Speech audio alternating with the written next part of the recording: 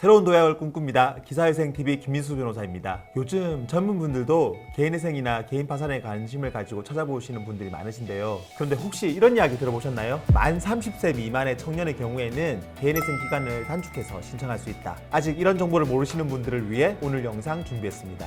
결론부터 말씀드리겠습니다. 만 30세 미만의 청년의 경우에는 서울회생법원에서 정한 요건들을 충족하면 최단 2년으로 개인회생 면책이 가능합니다. 개인회생의 경우에는 원칙적으로 3년간의 변제를 하고 면책을 받게 됩니다. 그리고 사건에 따라서는 그 기간이 3년에서 5년 사이로 좀 더 늘어날 수도 있는데요. 예외적으로 3년 미만으로 개인회생이 통과되는 경우도 있는데 이런 경우는 원금의 전액을 다 변제하는 케이스예요. 그러니까 소득이 많아서 3년 이내에 원금을 다 갚는 게 아닌 분들은 최소한 3년은 변제를 해야 개인회생 면책이 된다는 말입니다. 그런데 서울회생법원은 실무준칙을 제정하면서 2021년 8월 1일부터는 청년이나 한부모 가정 등 사회적 보호가 필요한 채무자분들의 경우 개인회생 변제 기간을 단축해주는 준칙을 만들었어요. 이 준칙에 따르면 만 65세 이상의 고령자, 장애인, 만 30세 미만의 청년, 3명 이상의 다자녀 양육자, 한부모 가정의 부모인 경우에는 원금 전부 갚지 않더라도 변제 기간을 3년 미만으로 정할 수 있고 최단 기간 2년으로까지 할 수 있도록 말이죠.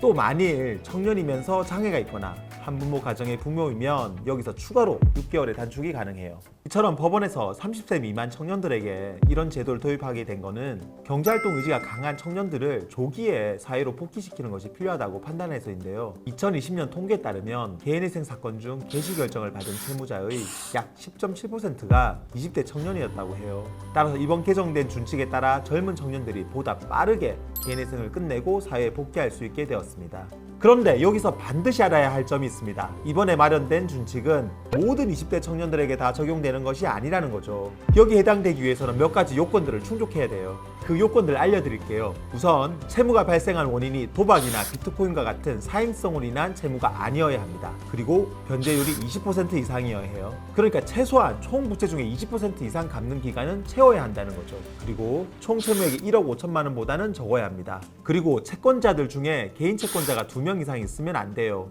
마지막으로 체납세금과 같은 우선권 있는 개인회생 채권에 대한 변제기간이 총 변제기간의 2분의 1을 넘어서는 안 돼요. 쉽게 말해서 체납세금이나 미납된 건강보험료 등이 너무 많으면 변제기간 단축이 어렵다는 뜻이죠. 요즘 20대 분들도 주식이나 비트코인 등을 많이 하시는데요. 앞서 말씀드린 사행성 채무의 경우에는 조금이라도 주식이나 도박, 비트코인이 있으면 안 된다는 것은 아니고 그런 채무가 차지하는 비중이 높으면 요건이 안 된다는 뜻입니다. 실제로 사건을 진행해보면 위 사행성 요건 충족 여부만 법원에 어느 정도 잘 설명을 하면 기간 단축을 할 수가 있습니다. 20대 청년분들 같은 경우는 채무가 그렇게 많지도 않고 개인 채무를 지는 경우도 별로 없어서 다른 요건들은 그렇게 문제가 되지 않거든요.